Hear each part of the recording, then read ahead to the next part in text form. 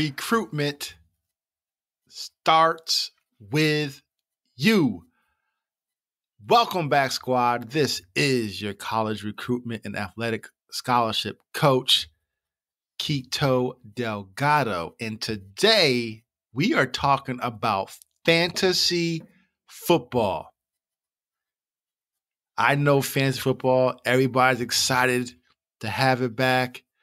So I figured what I would do is share some of the similarities between fantasy football and college recruiting. So it's going to be fun. So please stick around and really, see how I do. And I want to hear from you. Any positive or negative, quite frankly, feedback that you have. I love to hear from you. So you can always do so. Reach out to me by emailing me at Coach Kito, Coach Kito at gmail.com. And I also just want to give a special thank you to the following individuals, right? Number one, and there's no particular order. I'm going off the top of my head here, so I was trying to remember the order in which I did these interviews. But we have Savon Huggins. He is a former 5-star recruit who went on to graduate from Rutgers University.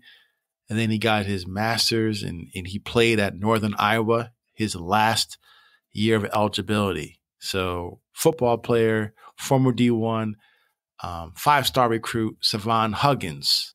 I want to thank Ariel Harris. Ariel is a former Division I scholarship athlete for North Carolina, the Tar Heels. She played soccer, won a national championship. I want to thank Damon Patterson. Damon Patterson II. He is a former football player, full athletic scholarship at Kansas University. He was a wide receiver there. I also want to thank Matthias McKinnon, who is a former Division I AA scholarship athlete. He played football. He was a running back for Wagner University. Why am I thanking all these individuals? Because this past week, I had the extreme privilege and honor of interviewing each one of these former Division I athletes, right? So parents, I promise you, I'm kind of teasing a little bit, to be honest. I'm teasing this a little bit. Eventually, I will release these episodes, but I need you guys to subscribe to the podcast, leave us a review. But the number one reason why you want to subscribe is because every time we release a new episode, you will get a notification on your cell phone. So whether it's on Apple Podcasts, Stitcher, Spotify, TuneIn, Google Play, you want to make sure you follow us on that device so you get that notification. But I interviewed all these athletes, former Division I scholarship athletes, and each one of them just delivered so much value that parents, you definitely want your student athletes to listen to these episodes. It's one thing, for me, I've been out the game, I still think I'm pretty young and I know I have a lot of insight, but it's still 39 years old. They may say, okay, yeah. These are individuals. And then, of course, they never listen to parents. You guys don't know anything. Obviously I'm kidding, but, kids don't listen to their parents half the time. So I really wanted to go above and beyond in adding value by bringing on student athletes that are recently graduated, who aren't that far removed from the game. And they all just talk about the steps they took to get recruited, but they also talked about what you can expect once you get to college, the highs, the lows. They share their experiences. So it's a really, 4 great interviews that I really think you guys are going to enjoy. And then also, not to be outdone, I interviewed Aubrey Conti, who is a current Division I scholarship athlete at Quinnipiac University. She plays lacrosse. So she's a current student athlete going into her senior season. So first and foremost, Aubrey and the entire team, women's lacrosse team at Quinnipiac, what's going on, and best of luck this upcoming season. So she also shared some really good advice for our student athletes and their parents. So 5 interviews, all involving college student athletes that will be over time released for your listening pleasure and, most importantly, knowledge, right? We want to equip you with the knowledge, the know-how to really take full control of the college recruitment process. So I'm really excited to bring that to you. And this is also going to be, and we're going to get to fantasy football in a little bit, but this is also my my invitation, right? It's one thing for me to get on here every single Thursday and share some advice to you, but I don't claim to be a know-it-all. I understand that different sports and, they have different nuances, and, there's some best practices that I don't know about, right? So I definitely want to, bring on as many people as possible, whether it's current student athletes, former student athletes, college coaches, academic advisors, anybody involved in this space. Let's all collaborate so that we can, at the end of the day, deliver great value to our families. So this is my invitation. If you are somebody, maybe you're a parent of a former college athlete who wants to share some advice, please email me, Coach Kito, Coach, Kito @gmail.com, and let's collaborate. And we really want to be able to add some value to these families. And then you can also connect with us on Instagram and Twitter at URecruitU. Send us, I really want to add value. I want to help as best I can, but I also understand you can't do it all by yourself. So again, if you want to connect, you want to collaborate, and at the end of the day, as long as your mission is in alignment with ours, which is we want to, empower and educate and equip our families to take full control of the college recruitment process, then we'd love to have you on the show. So let's connect. So I've talked long enough, promoted enough about the upcoming episode. So what you guys tuned in for this week? Let's talk a little bit about fantasy football, and let's talk about college recruitment, how these all go hand in hand. So ready, get your, speaking of pencils, take out a pencil, get a notepad, and let's take some notepad and take some notes. All right. So I love playing fantasy football. It's a great way to kind of unwind, connect with my friends, talk a little trash, and just have some fun, right? So number one way that I prepare for the draft is I research, right? I educate myself on different players. I try to look for under the radar players, right? I do my research. I understand my league rules, and I draft accordingly. I don't just show up, right, not having any idea of the players. I try to make sure I pay attention to coaching changes that may have happened that could impact a player. I pay attention to see if a player went to a new team and now they got new opportunities. I look to see what rookies were recently drafted and how they can make an impact, right? You do your homework. I do my research, right? I don't just show up on draft day and set it on autopilot, right? I pre-rank my players, right? I have a game plan. All these things, right? Well, doesn't that sound a lot like college recruiting, right? The people with fantasy football who do the research, they have a strategy, they have a game plan, they pay attention to, the different rules in their league, and they take advantage of, those rules, and they draft accordingly based on their rules, all those little things. But those individuals who really have a strategy, right? They tend to do well in your draft. The people who don't do any research, they're not watching any of the preseason games. They don't know that somebody got hurt and now they went and drafted them and they wasted a pick on somebody who can't play this year, right? Or they draft a player based off of past experience and success, but they don't understand that now that person is third on the depth chart, so they didn't do their homework.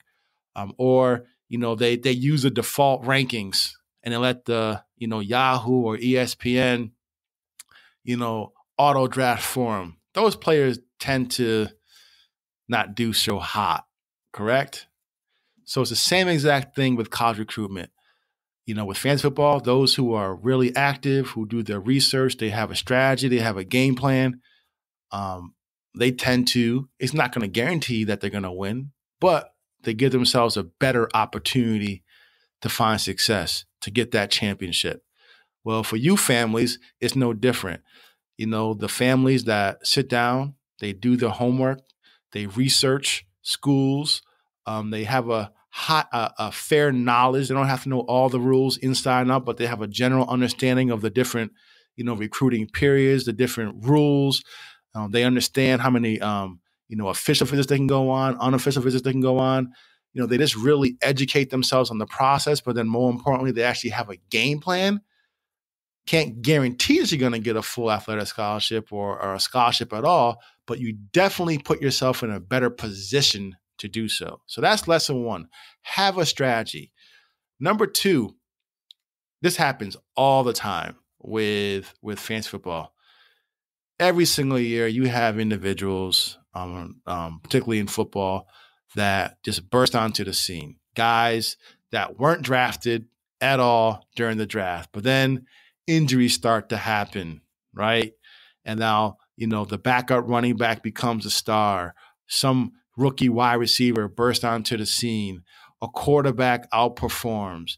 And what ends up happening is that first, a lot of times we will play the big name players over these individuals that are outperforming them. It's like, well, I drafted this player with my, third or fourth round pick. I can't bench them in favor of somebody that I picked off of, the waiver wire. And what ends up happening is a lot of times what you do in fantasy football is you fall in love with the big name and you leave a lot of points on the bench from players that may not be household names. And eventually you come around and you start to play those individuals over the big names, but it may be too late. Like you say, I wish I had started them 3 weeks earlier, right? That's a lot like our student athletes that are only considering Division I options.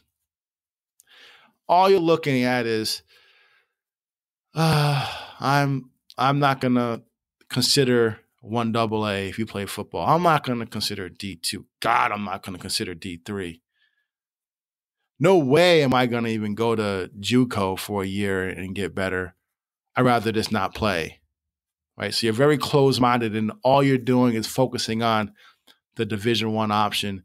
And for many of you, just like those fantasy football owners, where they keep playing the big name athletes, even though they're not producing, eventually they may come around, but at that point, it may be too late.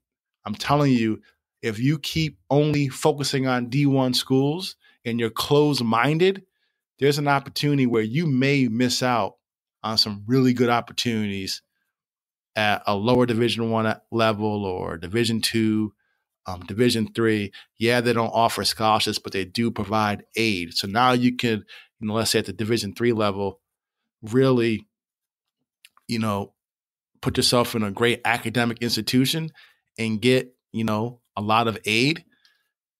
Just because it's not D3 doesn't mean it's not D1, or D2 doesn't mean it's not a good opportunity. So don't fall in love with, just the glitz and glamour of Division I, right? Really, just like with fantasy football, keep an open mind and look for best fit. And fantasy football, at the end of the day, if you want to win, you don't care about the name. You focus on the production. You look on the best fit for your team. Is this player going to give me the best chance at winning my league or winning my week? Same exact thing with your colleges. Remove the name, remove the level, 1, 2, or 3, or whatever, and really focus on the situation and ask yourself, is this the best fit? Is this school going to help me in the long run, achieve my life goals? And then the last one, number 3, let's see. So the last one, number 3, you have to be proactive, right? In fantasy football, you are always proactive. So I talked about, number 1, you got to plan, do your research, you got to, do all that, right? Number 2, we talked about, not just falling in love with, the names, right? You want to really focus on the production. Same thing with universities. Don't just fall in love with Division I. You really want to look at Division II, Division III, and just look for the right fit. Well, the last one is you have to be active. You got to be proactive, right? Just like you are in fantasy football. Like, it's one thing they always say, you don't win your league in the draft, right? That's just facts. You win the league from, being very active on the waiver wire, and you're also very, you offer trades to other members in the league, right? Other owners. Well, so how can you apply that with college recruitment? Because here's the reality with fantasy football: if you just do your draft and then you really just kind of keep putting in the same lineup every single week, you're not really paying attention to the trends. You're not looking out for that next big, waiver wire sleeper. If you're not, truly trying to engage, in doing trades, if you're not dropping players, all those things, if you're not really active with fantasy football, what's going to happen? You're going to lose. You're not going to give yourself any chance of winning. And that happens a lot in fantasy football. As a matter of fact, I guarantee you every person has this individual where maybe the first 3 weeks of the season they are engaged, but they, for whatever reason, they don't have a strong team or they just have tough luck. Never know. There's all types of reasons why you lose in fantasy football. But like week 3, week 4, if they're like 0-4 or 1-3, what do a lot of people do? They check out, right? They kind of just stop, putting in the work. And now they may win one game all year and they'll complain about how bad the season was, right? Because they didn't stay active. They didn't try to keep getting better. They just threw in the towel. Well, unfortunately, that's a lot like our families that are going through the recruiting process. At the beginning of it, you may all feel good about, yeah, we're gonna tackle. We have a plan. We did our research. We're following the tips that Coach Kito is laying out for us, or right, whatever guidance you're getting along the way from other sources. But you set out to do all the right things, but then over time, maybe things don't align. They don't go the way you had hoped. Coaches aren't returning your call. You're not getting any offers. Now, what do you do? Do you stay active? Do you stay engaged? I'm not saying you change the goal of playing in college, but maybe you got to change the plan. You got to do things differently. You got to call an audible, if you will, right? Really sit back and ask yourself, okay, are we being realistic? Are we really, are we only reaching out to Division I schools when really we're a Division II player? Right? Or are my emails, there are a lot of grammars, misspellings in my emails, or did I have what's my social media looking like? Is it a bad post? Right? So really sitting back and evaluating what it is that you're doing. Right? Are you doing everything the right way? And a big part of that is you have to stay engaged. You have to stay active. Another way of looking at it is I see it all the time where I come across a family, and I won't mention the sites by name, but there are so many sites out there where they promise you exposure and to tell you to get discovered, and all you have to do is create a free profile on their page. Well, that's one thing. Okay, so you create a profile, but now you have to be active, right? That profile isn't going to just attract coaches, right? You have to, if you do go that route, you have to be very proactive. You got to reach out to the coaches still. You got to update your highlight films. You got to send emails. You got to attend camps. You got to follow up afterwards, right? So you still got to be very proactive and active, engaged throughout the entire process, just like you are in fantasy football, right? So those are 3 ways, in my opinion, in which fantasy football is a whole lot like college recruitment. I want to hear what you think. Let me know. Again, send me a quick email, coachkito@gmail.com. So your winning play this week is really just really evaluate yourself. I saw an interview Kobe Bryant did with Nick Saban, the head coach at Alabama. He did this interview, and in it, he had shared with the team, actually in his speech, he talked about how you should really edit your life, right? You got to edit your life and see your actions in alignment with your goals, right? So right now, whether it's fantasy football, obviously, that was just an analogy, but with recruiting, think about these 3 things that I talked about with fantasy football, but then apply them to the college recruitment process. Are you doing your research? Are you studying, paying attention to, to the trends in college recruitment? Are you educating yourself on the process, right? So that's just like fantasy football. So that first part is the planning. Do you have a plan? Do you have a game plan? Number 2, are you just falling in love with the name of the program? Oh, it's Division I. Like, don't fall in love with a school just because of their name and their track record and all that type of stuff. It's important, but that may not be in your best interest. Instead, don't fall in love with the level either. Oh, it's Division I, so I don't care. As long as it's Division I, I'm going to go there. Don't do that, right? So really now, just like in fantasy football, don't fall in love with with the school name, and don't fall in love with the division. Instead, really evaluate if it's the best fit for you, right? And then lastly, is just like I said, you got to be active. It's one thing to have a plan, right? But now you got to execute that plan. You got to be very proactive. And even if things don't go your way, you got to have the stamina. You got to, stay focused on, your mission, your goals. You got to edit, if you will, edit your life, edit your strategies.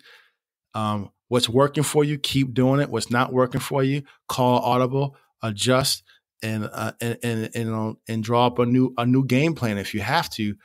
But those are the things that you can be doing. You do it already for fantasy football. For those of you who play it, well, you know what? At the end of the day, if you win fantasy football, what do you win? A couple $100, and a little, bragging rights over your friends. Well, I'll tell you what, earning an opportunity to play college athletics, and for some of you earning a full athletic scholarship or even a partial, that's a whole lot more rewarding than winning a fantasy football championship. So I recommend, really taking stock in that and just trying to evaluate how you can really apply what you do with fantasy football to the college recruitment process. But that's all I got this week. Again, this is your college recruitment and athletic scholarship coach, Kito Delgado, reminding you that college recruitment starts with you. What are you doing today to earn an athletic scholarship tomorrow?